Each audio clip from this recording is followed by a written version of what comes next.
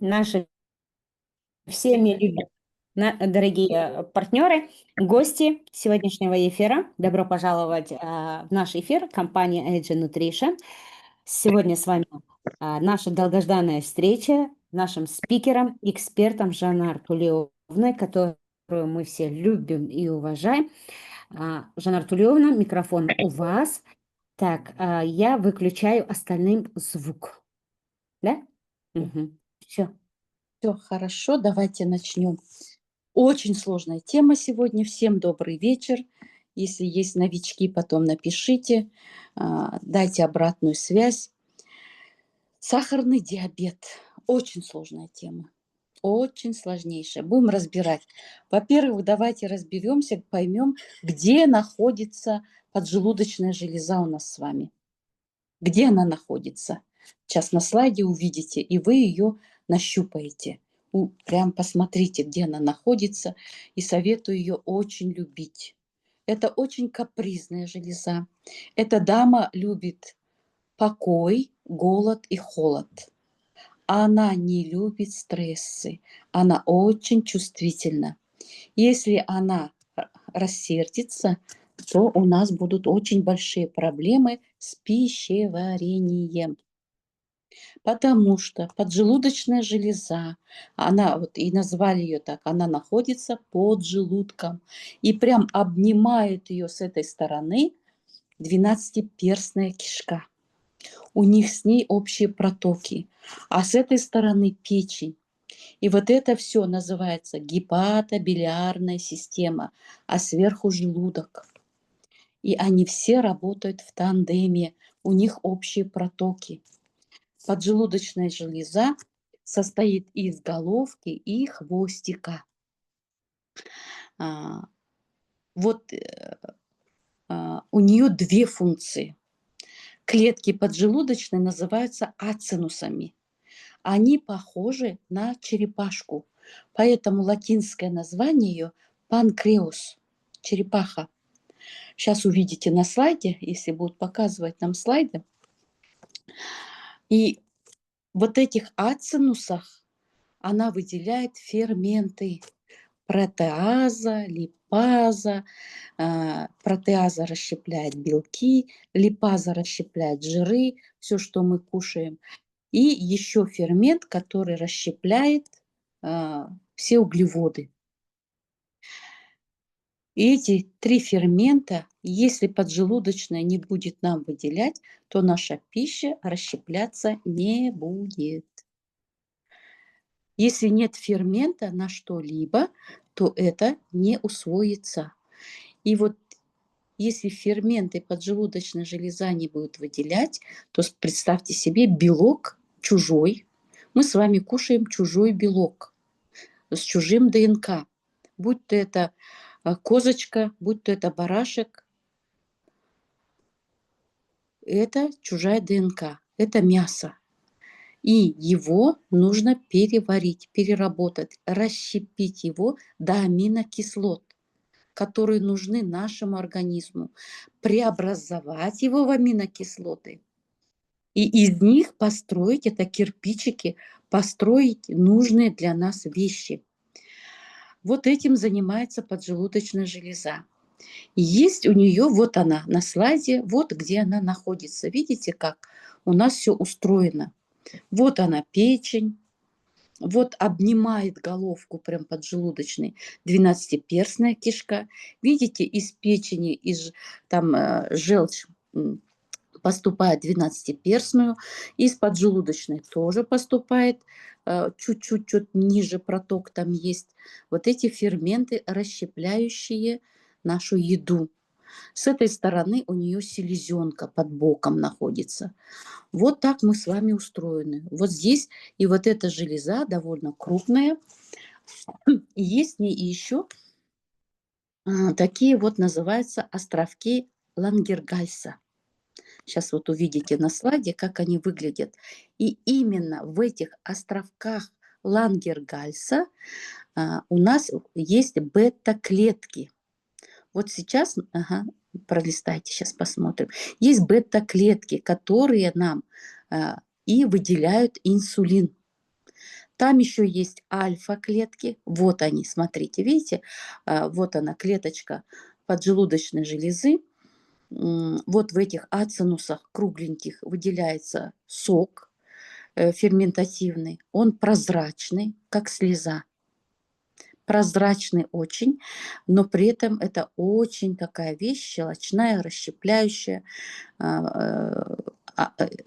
расщепляет даже белки. И всего там 2%, возможно, сухого вещества растворено, гормоны, ферменты, и вот такие они очень сильные. Капельки этой хватает, чтобы расщепить кусок мяса, допустим, или кусок жира. А вот внутри, видите, вот такие вот островки, вот маленькие вот кружочки, сиреневые, вот голубенькие, зелененькие. Вот зелененькие кружочки, это и есть островки, вот они и островки, маленькие очень, Лангер-Гальса называются. Там бета-клетки, и они синтезируют и выпускают инсулин. Есть еще бета-клетки, это бета-клетки. Есть еще альфа-клетки. Альфа-клетки, вон они сиреневые. Альфа-клетки, они выпускают контргормон глюкагон. Контргормон повышает глюкозу в крови. Есть еще дельта-клетки. Дельта-клетки, они синтезируют гормон соматостатин. Вот так мы устроены. Вот эта клетка. Теперь рассказываю о том, что у нас есть два типа диабета. Диабет первого типа – это когда бета-клетки абсолютно разрушены. Они видоизменены. Или это под действием вируса Эпштейн-Бар часто разрушает, другие очень серьезные вирусы. Это вот передается по наследству, к сожалению. Это 95% это генетическое нарушение. Просто в этих островках бета-клетки разрушены, инсулин не производится.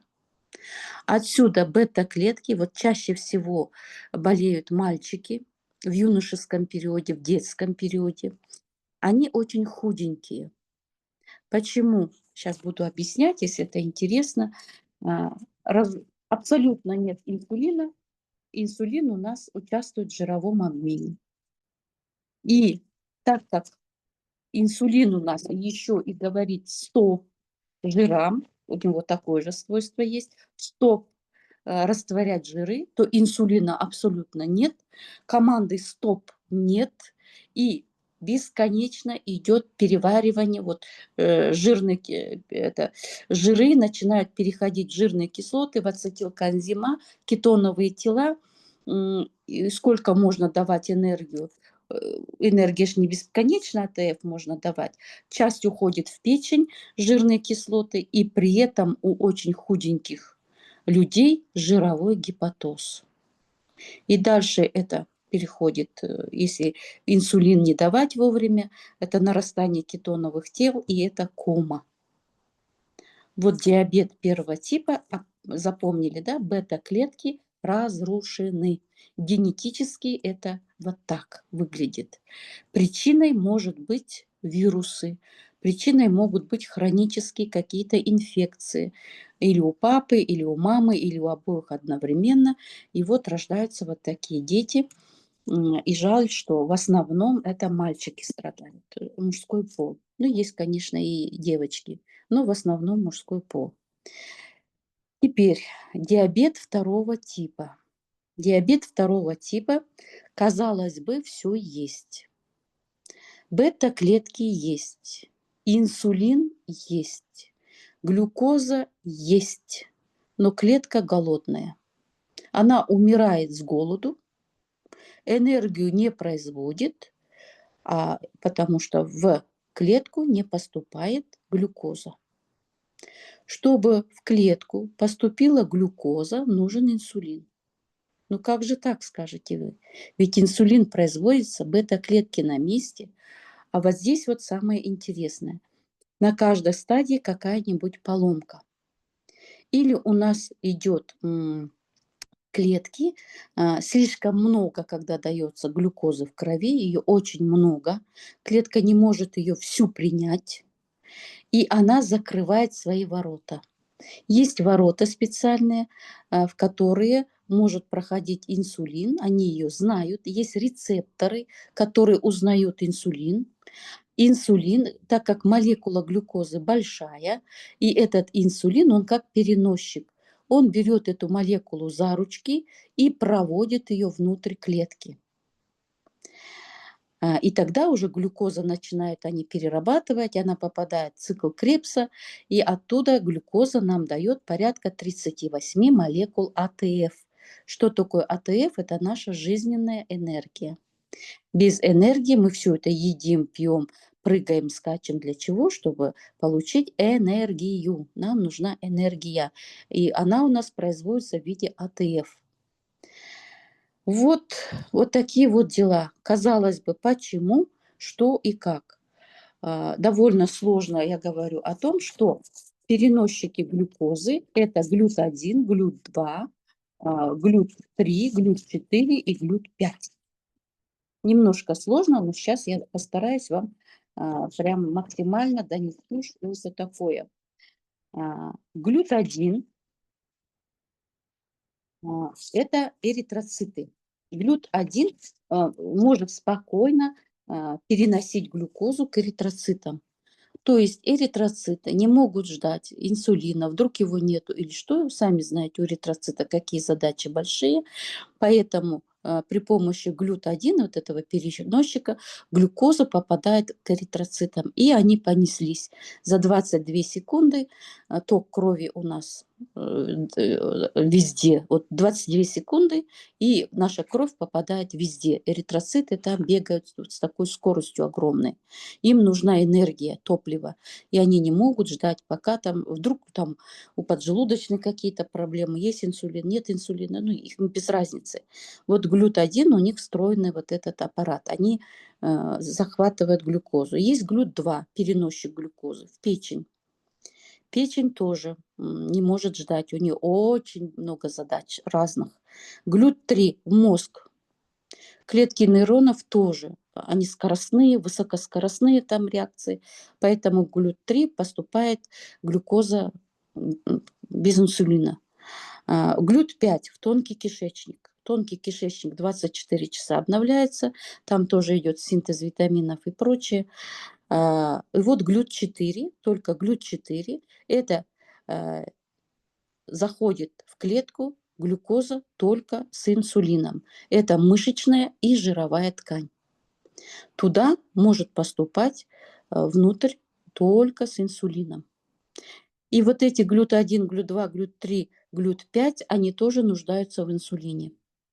Если не будет инсулина, то там не будут идти, хотя бы немножко должен быть инсулин, туда должен заходить. И идут химические реакции. Но не так зависимы, как глют-4. Мышечная и жировая ткань. Еще раз подчеркиваю, глют-4 с инсулином доставляет глюкозу в мышечную и жировую ткань. Дальше вы будете понимать, о чем я говорю. Теперь, что происходит? Теряется чувствие вот этим к рецепторам, как где у нас могут быть поломки, где могут сами бета-клетки повреждаются. Инсулин начинает мало вырабатываться. Как они могут повреждаться? Повреждаются, если там сидит паразит, залез туда. Эритема панкреатикум. Красненькая такая, маленькая, а там у нас очень щелочная среда, очень ядовитая, там много гормонов, ферментов производится, и тем не менее эта эритема панкреатикум именно поселяется на бета-клетках, на островках Лангергальса и не дает, она там, естественно, сидит, она же живая, она выпускает все свои, как говорится, отработанные вещи, среда меняется, и иммунные клетки начинают просто атаковать. Атаковать. И здесь может запуститься аутоиммунные процессы, потому что она тоже выделяет токсины, которые не узнать. Не могут узнать клетки иммунной системы. Теперь второе. Где еще может быть поломка? Не только паразиты. Не только паразиты. Вдруг почему-то поменялась среда. Вирусы. Запросто вирусы. Теперь что еще может быть там? А, Рецепторы, которые вот это, переносчики, вот, которые узнают инсулин, они могут видоизмениться под действием стрессов, под действием там лекарств, ну что-то там произошло, и эти рецепторы вдруг перестали узнавать инсулин. Инсулин в клетку не может попасть, потому что инсулин не может присоединиться к этим, стыковка не происходит. Что еще может быть? Что еще может быть? У нас может быть слишком много глюкозы в крови, очень много сладкого мы едим, и ворота, через которые проходит инсулин, они берут достаточное количество глюкозы, больше уже клетка не может взять, и она захлопывает ворота. Захлопнула ворота, а ведь есть белок еще, который должен открыть эти ворота. И не всегда этот белок вспоминает, что нужно открыть ворота в клетку. И такое может произойти. Ну, тут мы, люди, сами себе устраиваем каждый день войны, стрессы, то все, она может погибнуть, видоизмениться и прочее, прочее. Ворота закрылись, того, кто должен открыть ворота, нету. В крови есть глюкоза, в крови есть инсулин, а клетка умирает с голоду. Вот такие нарушения. И везде это я просто так рассказываю, чтобы вам было понятно, а на самом деле идут очень серьезнейшие биохимические реакции. Очень серьезнейшие.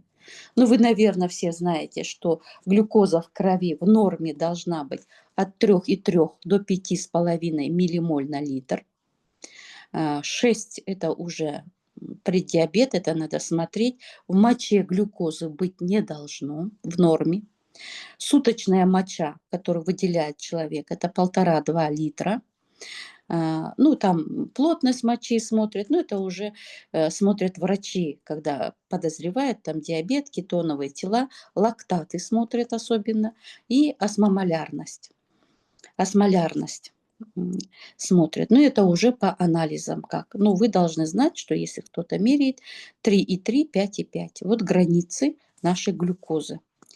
Теперь, что у нас еще может быть? Вот такой может быть диабет. Может быть вторичный диабет.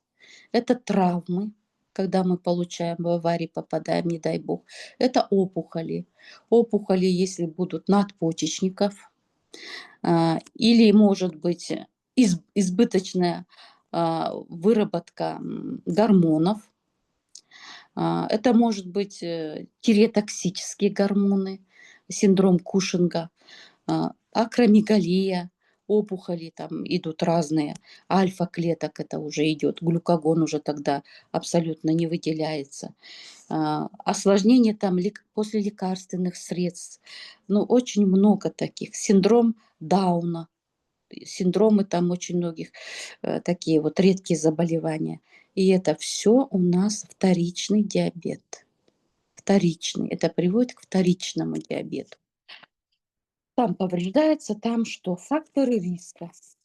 Вот если я сказала, что диабет первого типа – это диабет молодых, то диабет второго типа – это диабет пожилых. И в основном женщин. Есть и мужчины, но в основном женщины. Сладкоежки мы с вами. Факторы риска – это ожирение, это артериальная гипертензия, это наследственные факторы, это у нас женский пол, стрессы и разные там, или сочетаются эти факторы между собой. Ага. Или гиперлипидемия, жирная кровь в простонародье, если вот так вот сказать. Гиперлипидемия, очень жирная кровь. Ну, как мы исследовали, откуда мы знали все про поджелудочную железу, про все эти глюты и прочее, прочее. Это делали опыты на собаках. Павлов очень много делал опытов на собаках, удаляли поджелудочную, там вводили лекарства, смотрели, как реагирует поджелудочная. И вот благодаря вот нашим собакам мы очень много знаем, сейчас эндокринологи изучают, и диабет сейчас идет семимильными шагами. Диабетом начинают болеть даже дети. Он становится все моложе и моложе. Вот это вот очень плохо, очень плохо. Мы все сели на сахарную иглу. Очень много сладкого едим. И если мы едим очень много сладкого, ворота закрылись, и дай бог, если они откроются, они могут не открыться. И у нас внутри будут погибать эти сложнейшие клетки, которые нам должны давать инсулин. Вернее, инсулин есть, а кровь у нас нечистая. И когда очень много глюкозы, сахара в крови, не переработанной, сами понимаете, глюкоза притягивает очень много жидкости на себя, кровь становится обезвоженной, клетки обезвоженные, клетки мозга обезвоженные, клетки глаза обезвоженные, трескаться начинают эластины, коллагены. И вот такие вот нехорошие последствия. И начинают уже образовываться тромбы. В густой крови начинают образовываться тромбы. Потом начинают истончаться стенки сосудистые, потому что нарушается жировой и белковый обмен. Стенки сосудов начинают трескаться или утолщаться. И вот особенность строения капилляров, которые находятся вот вокруг поджелудочной железы, клеточки, вот поджелудочная железа сама очень хорошо кровоснабжается, должна кровоснабжаться. Туда должна поступать всегда чистая, хорошая кровь. Там идут сложнейшие реакции. Если я сейчас буду называть ферменты, вы уснете. Там, поэтому не буду загружать вас этой информацией, но просто знайте, что там идут очень сложнейшие процессы при помощи ферментов. И эти ферменты не так легко синтезировать, построить и выделять. И концентрированные очень. Очень много работы у поджелудочной. И теперь у нас вокруг поджелудочной она хорошо кровоснабжается. Раз. И еще там строение капилляров немножко другое, чем везде. У капилляров на кончике есть вот такая небольшая фистулка. Туда поступает соки поджелудочной через капилляры. И вот когда идет нарушение вот такое, много глюкозы, кровь меняет свой состав, густеет, то эти капилляры схлопываются, и оттока ферментов нет. Поджелудочная может начать самопереваривание самой себя, потому что это очень едкие ферменты, которые она выделяет. Поэтому вот такие грозные осложнения у нас могут быть. Поэтому нам нужно держать глюкозу в крови, все альфа, бета и дельта клетки должны быть в порядке. Не дай бог там соматотропин будет нарушение, это тоже ничего хорошего. Если вот, допустим, жировой обмен, они влияют же на жировой обмен, триглицериды у нас как идет. Вот у первого типа, допустим, худеет человек, очень худой, я вот рассказала только. А второй тип идет ожирение, наоборот. Белковый обмен нарушается. Белковый обмен вообще, транспорт аминокислот в клетку, так же, как и глюкозы, делает инсулин. Аминокислоты нам очень нужны. Из аминокислот строится наше тело, и транспортом занимается инсулин. Синтез белков активирует инсулин, а синтез белков на рибосомах. Это матричная РНК, это рибосомальная РНК. Если там что-то нарушится, то это передастся, изменится гены. Понимаете, да, что такое рибосомальная РНК и матричная РНК? Оно пойдет дальше в ДНК. И вот эти измененные, если РНК пойдут в гены, то это изменение передастся по наследству. Вот здесь и опасность. И еще инсулин накапливает в себе это депо цинка. Если будет, то есть поджелудочная железа, извиняюсь, поджелудочная железа, в ней депо цинка. Если она будет воспалена, она не сможет выдать нам из склада цинк. А цинк у нас, извините, он нужен везде. Медицина – это медь и цинк. Без меди и цинка ничего не произойдет. У нас иммунная система полетит, у нас полетит гормональная система. У нас, извините, яйцеклеткам, тестостероном и везде нужен цинк. Цинк, без цинка никуда. А депо у нас, не дай бог, закроется из-за воспаленной поджелудочной железы. Поэтому это очень важный орган. Нельзя ее раздражать. Она не любит стрессы. Очень не любит. Очень не любит. Когда я смотрю на диагностике, я вижу, я сразу же говорю: о, кортизола многовато. Стрессовали, да. Страдают надпочечники, а непереработанный кортизол – это очень плохо. Это мало того, что у женщин вот такой жировой фартук, идет накопление жира, непереработанный кортизол. В слюне и моче надо его проверять. Но кортизол очень плохо влияет на все наши органы и системы. Поэтому что нужно делать? Что нужно делать? У нас в руках этот продукт, у нас в руках, чтобы вот так не колоть, чтобы наша кровь не поменяла свой состав. Что мы можем делать, чтобы нам не грозили вот такие вот вещи? Гипергликемия, не дай бог, глюкозурия, то есть в моче уже глюкоза, полиурия, то есть когда бегает в туалет без конца. Это когда жажда бесконечная. Ну, очень много таких вот вещей можно перечислять и перечислять, если мы не будем беречь свою поджелудочную железу. Иногда ее разгружать, голод, холод и покой, давать ей чистую кровь, защищать и восстанавливать.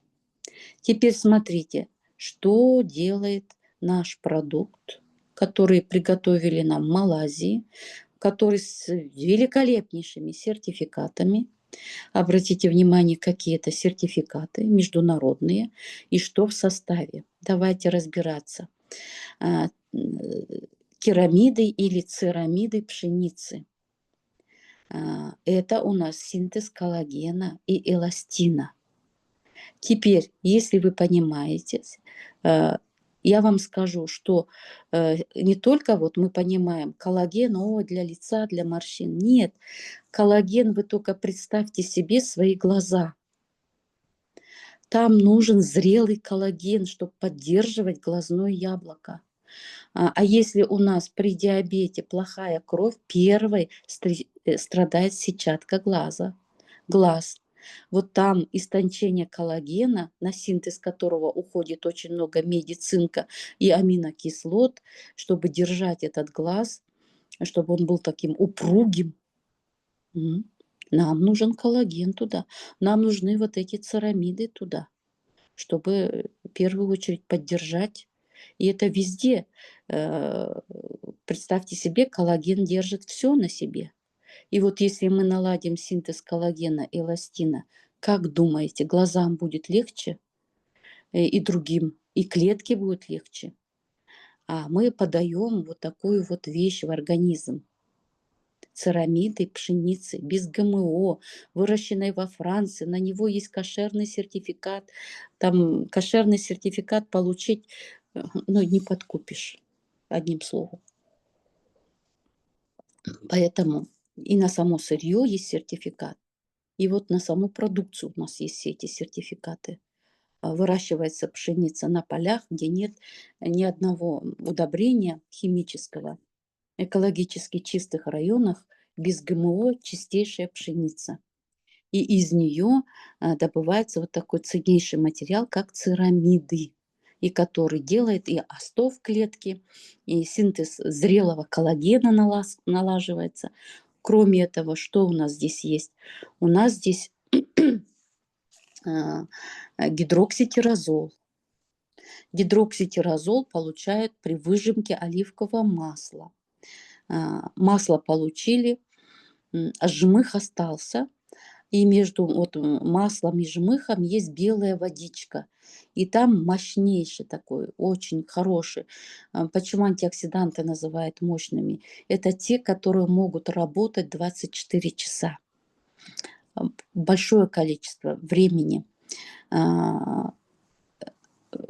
Ведь многие антиоксиданты могут работать 8 часов, 7 часов.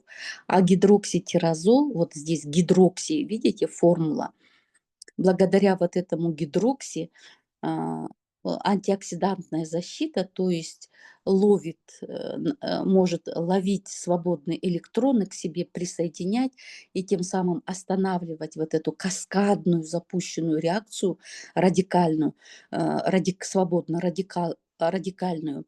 И вот когда идет перекисное окисление липида, когда меняется pH и начинают эти липиды гореть, и этот процесс практически не остановить. И вот здесь нам нужны вот такие антиоксиданты, которые бы, вот как гидрокситиразол, которые бы смогли остановить этот каскад. Это как ядерный реактор. А это идет под воздействием стресса. Когда идет разрушительное действие вируса, он проник, нужно защищать иммунные клетки, обволакивать. Нужно, чтобы витамины начинали быстрее, там мы в скоростях должны выигрывать. Поступил вирус в организм, зашел, начинает он бомбить клетку, ее первый слой, липидный слой. И тогда должна встать мощная защита, чтобы вирус не проник. И вот здесь нам нужны мощные антиоксиданты. Вот гидрокситиразол, пожалуйста, занимается этим. Если мембрана клетки устоит, если она будет не сухой, не потрескавшейся, если она будет выполнять свои функции, а это, извините, 5 миллионов реакций в секунду, вот, пожалуйста, гидрокситиразол этими занимается. Одна часть у него есть масляная, а есть гидрофильная часть. Может через свою вот гидрофильную, где гидрокси называется же, через эту часть могут туда спокойно водорастворимые витамины доставляться, и они вообще витамины нам нужны для того, чтобы мы не потеряли скорости в химических реакциях. Их нужно мало, но они выполняют вот такую свою работу. Что у нас еще есть? Сакура. Сакура японская. Нежнейшая вещь. Нежнейшая вещь. В ней столько всего полезных вещей. Она защищает. Она как мамочка любящая. Она все делает для того, чтобы защитить работу клетки. И она помогает Т-клеткам нашей армии, как их называют-то, самые высшие вот ранги, Т-хелперы, Т-киллеры, чтобы они устояли, чтобы они получили все, что нужно, новейшее обмунирование, винтовки с лазерным прицелом, дроны такие вот, чтобы у них было все вооружение, и чтобы они вовремя могли среагировать. Защита вот этих ТНК клеток, это очень дорогого стоит. И теперь, когда получает вот такое обмундирование и плюс защиту иммунных клеток, то не будет вот таких вот атак на бета-клетки. Надо их защитить от поломок. Когда иммунная система вовремя сработает, то бета-клетки начинают в полную силу работать. Теперь не забываем, что все вещества, которые находятся в IG-серии, IG-цера, то есть, они дают возможность стволовым нашим клеткам выходить, они создают для них хорошие условия, чтобы они могли развиваться. И вот теперь представьте, поступает сигнал, что вот здесь разрушились бета-клетки в островках Лангергальса, и их нужно починить. И у нас поступает туда клетка, которая может стать, ведь стволовая клетка может становиться любой клеткой нашего организма. И туда идет из костного мозга вышедшая клетка, и она начинает превращаться в бета-клетку. Здорово же, здорово. Или начинают чиниться рецепторы. заменяться рецепторы. Начинают заменяться погибшие, убираются, на их место встают новые. И при этом со всех сторон идет защита, будь со стороны керамидов, пусть со стороны сакуры, пусть со стороны граната, белого персика, черника. Она отдаст антоцианы свои с удовольствием. Глаза самое главное. Черника нужна для глаз, для капилляров, для восстановления, защиты. А здесь еще самое главное кустарниковая трава Gymnema sylvester. Вот она как раз и помогает восстановиться бета-клеткам. Это уже изучено. Gymnema sylvester изучили, посмотрели. И у нас вырабатывается нормальный инсулин. Что нам нужно, чтобы победить диабет второго типа? Нам нужна чистая кровь. Нам нужно, чтобы поджелудочная спокойно работала, чтобы она не стрессовала, чтобы вот эти капиллярки, протоки не забивались, чтобы крови не было тромбов, чтобы состав крови был чистый, чтобы по крови приносились стволовые клетки.